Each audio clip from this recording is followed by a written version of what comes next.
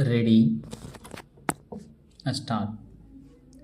We must bear in mind the comparatively recent growth of our industries and the short history of our industrialization.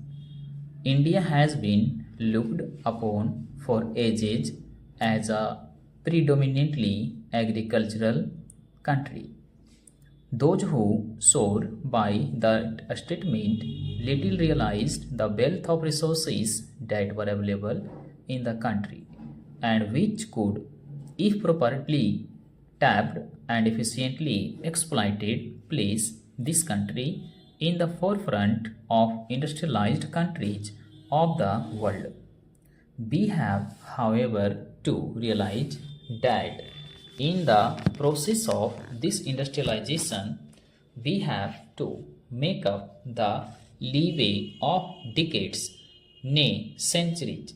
There has never and never can be anything like an industrial revolution in this country, which would quickly transform its agricultural economy into a predominantly industrial one.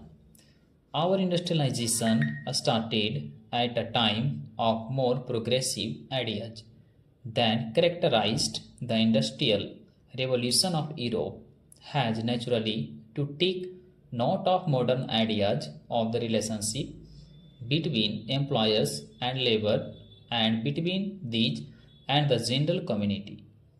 It has also to take note of what would, in the context of 18th century conditions, be severe handicaps and drawbacks. These naturally place limitations on the freedom of individual initiatives and enterprise.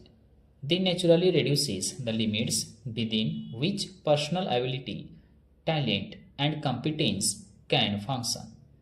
If you add to these complexities those of international finance, trade movements, and the big handicap of foreign domination, you have a picture of difficulties which would make even stout hearts tremble. Para.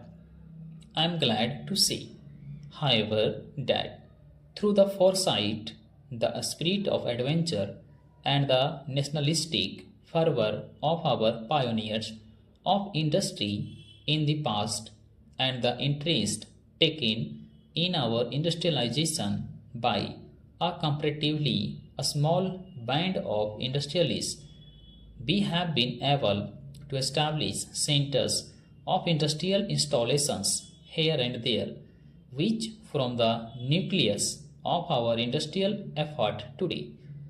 There can be no denying the fact that the two world wars have made a tremendous difference to the pace of our progress.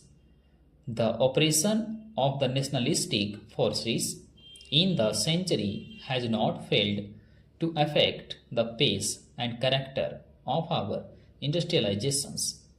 Nevertheless, I feel that those who try to find fault with our present industrial structure or the policies which generally govern our conduct in the industrial field will do well to remember that there is another side of their story without which our appreciation of the situation cannot be complete. Stop.